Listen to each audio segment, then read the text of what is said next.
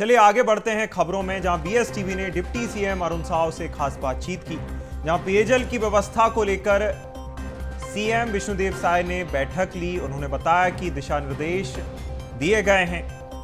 Deputy CM Arun Sao बोले कि दिसंबर जनवरी में आंशिक वर्षा नहीं हुई, अभी से गर्मी का प्रकोप बढ़ता जा रहा है, जिसके चलते सीएम विष्णुदेव साय ने उच्च स्तरीय बैठक ली।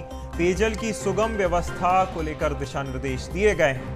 तालाबों में जल भराव और निस्तारी के लिए भी चर्चा की गई। मुख्यमंत्री विष्णुदेव साय ने कल बैठक ली है और बैठक के बाद तमाम चर्चाएं की गई। इस वर्ष सामान्यतः हर वर्ष दिसंबर जनवरी में थोड़ी बारिश होती है और इस बार दिसंबर जनवरी में बारिश हुई नहीं और अभी से भीषण गर्मी प्रारंभ हो गई है। जल का स्तर भी लगातार नीचे जा रहा है और ऐसे में संभावित पेयजल और निस्तारी को लेकर मुख्यमंत्री विष्णुदेव साय जी ने एक उच्च स्तरीय बैठक आहूत की। बैठक में जल संसाधन विभाग, लोक स्वास्थ्य यांत्रिकी विभाग, नगरीय प्रशासन विभाग, पंचायत विभाग,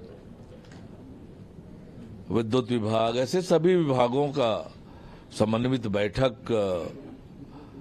हुई। बैठक में दो तरह के विषयों पर चर्चा हुई, एक तात्कालिक व्यवस्था को लेकर और एक दूरगामी योजना बनाने को लेकर। तात्कालिक रूप से नदी तालाबों को भरने की योजना, जो हैंडपंप ट्यूबवेल में खराबी है उसे तत्काल दुरुस्त करने का काम, और जहां अति आवश्यक हो वहां ट्यूबवेल और हैंडपंप खुदाई करके पेयजल उपलब्ध कराने का काम।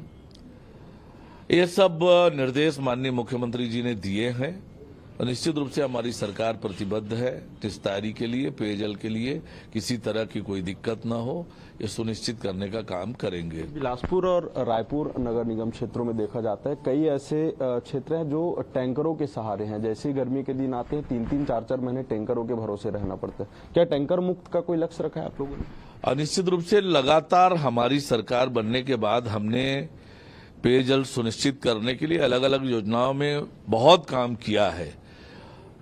कांग्रेस के जमाने में सही में बहुत हाहाकार मचता था, उसमें बहुत कमी आई है, पर आने वाले समय में और वो व्यवस्था ठीक हो, हमारे निकाय जल के मामले में, पेयजल के मामले में आत्मनिर्भर बने, ये इस दिशा में ठोस और मजबूत काम हो रहा है।